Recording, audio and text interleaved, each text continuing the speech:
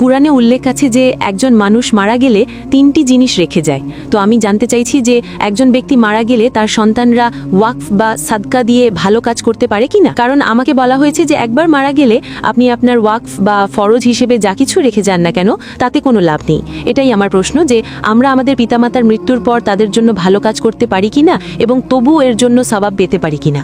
বোন প্রশ্ন করেছেন যে কুরআন বলে একবার একজন মানুষ মারা গেলে মাত্র তিনটি জিনিস অবশিষ্ট থাকে। তিনি যা উল্লেখ করছেন তা নবীর হাদিস, এটা একটি সহিহ হাদিস, এটি কুরআনে নেই। কিন্তু নবী বলেছেন যে একবার একজন মানুষ মারা গেলে মাত্র তিনটি জিনিস কাজে আসে। এক হলো সেই সম্পদ যা আপনি আল্লাহর পথে ব্যয় করেছেন, 2 নম্বর যে জ্ঞান আপনি আল্লাহর পথে ছড়িয়ে দিয়েছেন, এবং তৃতীয় নেক সন্তান যারা আপনার জন্য দোয়া করে। তাই একবার আপনি মারা গেলে আপনার হিসাব শেষ। শুধুমাত্র তিনটি জিনিস আছে যাকে সাদকায়ে জারিয়া বলা হয়। এর মানে হলো একবার আপনি মারা গেলে আপনার হিসাব বন্ধ হয়ে গেছে, শুধুমাত্র তিনটি জিনিস চলতে থাকে। আপনি যে সম্পদ ব্যয় করেছেন, হয়তো একটি এতিমখানা খুলেছেন, অথবা আপনি কোরআন বা হাদিস শেখার জন্য একটি শিক্ষা প্রতিষ্ঠান খুলেছেন, ইসলামিক জিনিস। এটি এমন একটা জিনিস যা চলতে থাকে, আল্লাহর পথে ব্যয় করা সম্পদ। দ্বিতীয়টি হলো জ্ঞান।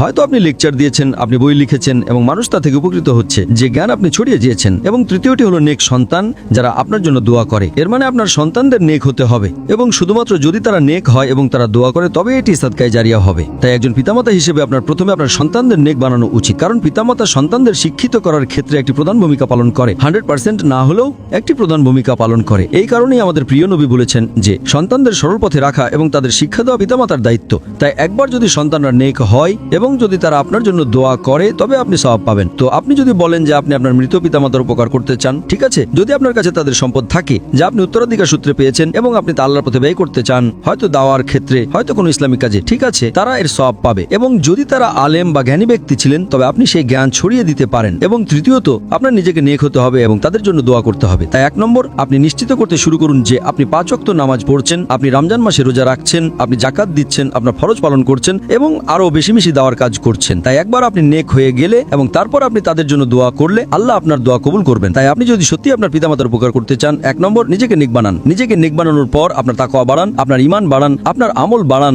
এবং তারপর আপনি তাদের জন্য দোয়া করুন। ইনশাআল্লাহ আল্লাহ আপনার সওয়াব কবুল করবেন, আল্লাহ আপনার দোয়া কবুল করবেন ইনশাআল্লাহ।